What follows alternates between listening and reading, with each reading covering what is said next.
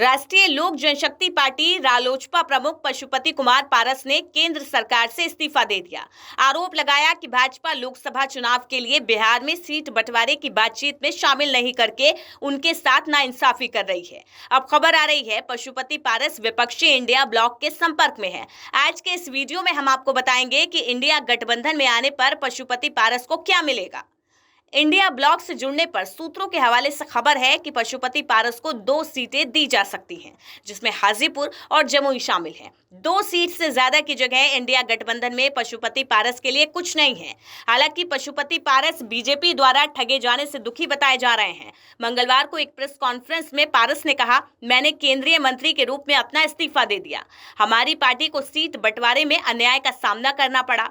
पशुपति पारस, जो दिवंगत रामविलास पासवान के भाई हैं, इस बात से नाराज थे कि भाजपा ने बिहार में एनडीए ब्लॉक के सीट बंटवारे में समझौते में उनकी पार्टी को कोई सीट आवंटित नहीं की। इसके बजाय भाजपा ने रामविलास पासवान के बेटे और पशुपति पारस के भतीजे चिराग पासवान के नेतृत्व वाली लोक जनशक्ति पार्टी रामविलास को 5 सीटें दी।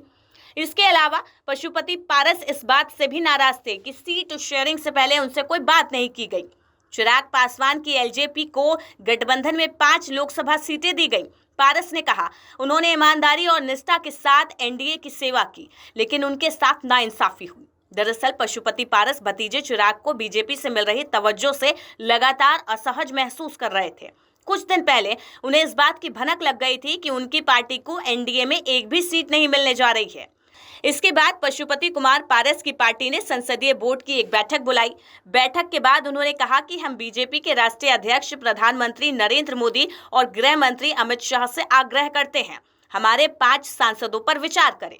हम सूची का इंतजार करेंगे। इतना ही नहीं, उन्होंने धमकी भरे लहजे में कहा था कि अगर हमें उचित सम्मान नहीं दिया गया तो हमारी पार्टी स्वतंत्र है और हमारे दरवाजे खुले हैं। हम कहीं भी जाने को तैयार रहेंगे। अब जब सीटों के बंटवारे का ऐलान हो गया तो उनकी नाराजगी भी खुलकर सामने आ गई।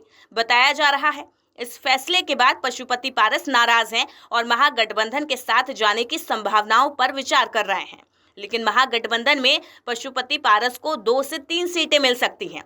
अब गेंद पशुपति पारस के पाले में है कि वो इंडिया गठबंधन से जुड़ेंगे या फिर बिहार की 40 सीटों पर खुद चुनाव लड़ेंगे, या इतनी बेइज्जती के बाद भी बीजेपी के साथ ही बने रहेंगे।